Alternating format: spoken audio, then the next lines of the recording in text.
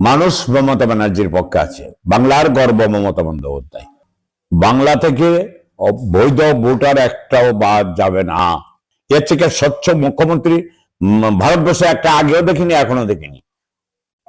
সাধারণ মানুষকে আতঙ্কগ্রস্ত করে তোলার জন্য তো এই পরিকল্পনা।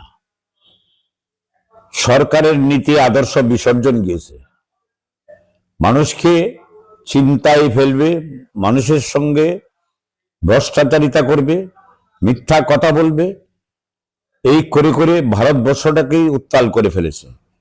এসআইআর কার স্বার্থে?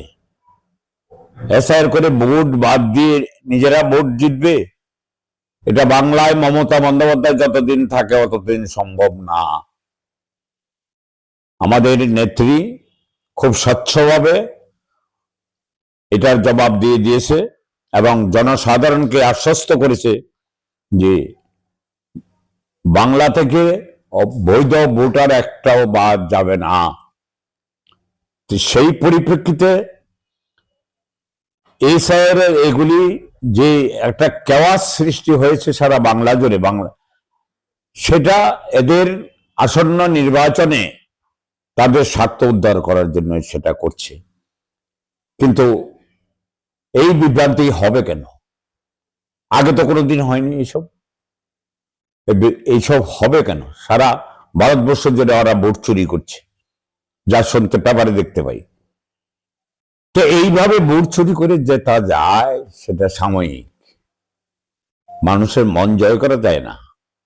আমাদের নেত্রী, সর্বভারতীয় তৃণমূল কংগ্রেসের নেত্রী তথা বাংলার 3 বারের মুখ্যমন্ত্রী, তিনি যেই পরিষেবা বাংলার মানুষকে দিয়েছেন, যত কায়দা কানুনই এসআইআর করুক আর যাই করুক না কেন, মানুষ মমতা ব্যানার্জির পক্ষে আছে। বাংলার গর্ব মমতা বন্দ্যোপাধ্যায়।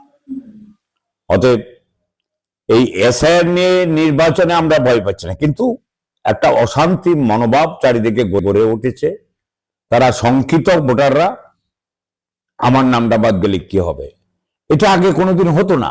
এই সরকার আসার পর এই জিএসটি থেকে আরম্ভ করে, নোট বাতিল থেকে আরম্ভ করে, মানুষের মনে খালি আতঙ্ক তৈরি করা। জিরো ব্যালেন্সের অ্যাকাউন্ট করছে 15 লাখ লোক জায়গায়, কোথায় কি? সব আতঙ্কগ্রস্ত কাজ।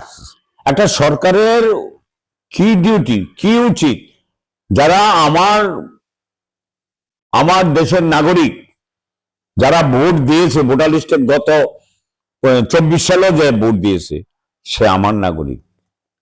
আমি তার ভোটে নির্বাচিত হয়ে কেন্দ্রীয় সরকারে বসেছি। তাহলে সেইখানে এইভাবে ভোট বাদ দিয়ে এখানে সিএ করার বা এনআরসি করার যে কৌশল নিয়েছে, কৌশল বৃথা যাবে। বিজেপি বারবার এই পরিস্থিতিতে শাসক দলের দিকে আঙুল তুলেছে। এই নিয়ে শাসক দলের বিরুদ্ধে আঙুল তোলার প্রশ্নই উঠতে পারে না। এর থেকে স্বচ্ছ মুখ্যমন্ত্রী ভারতবর্ষে একটা আগেও দেখিনি, এখনো দেখিনি। মমতা ব্যানার্জির সঙ্গে তুলনা করা যায়, আমি দেখিনি। আমার বয়স তো খুব কম নয়, বা আমি শুনিও নি যে এরকম পরিষেবা দিয়ে একজন মুখ্যমন্ত্রী বাংলায় নয়, সারা ভারতবর্ষের কোন অঙ্গরাজ্যে আছে কিনা। তাই বাংলার উপর আঙুল তোলা মানে রাজনৈতিক প্রতিহিংসা। রাজনৈতিক প্রতিহিংসা গণতান্ত্রিক পদ্ধতিতে উন্নয়নের মাধ্যমে আসুক, সেটা চ্যালেঞ্জ করবে তৃণমূল কংগ্রেস এবং আমাদের নেত্রী মমতা বন্দ্যোপাধ্যায়, অভিষেক বন্দ্যোপাধ্যায়, সেটা অ্যাকসেপ্ট করবে এই চ্যালেঞ্জ।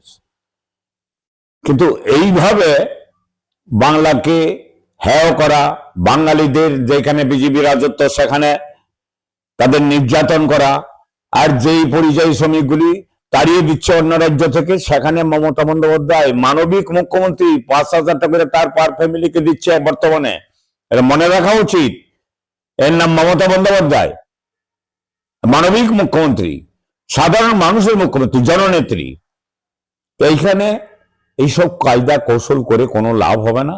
মমতা ব্যানার্জি যা বলবে সেটাই বাংলার শেষ কথা।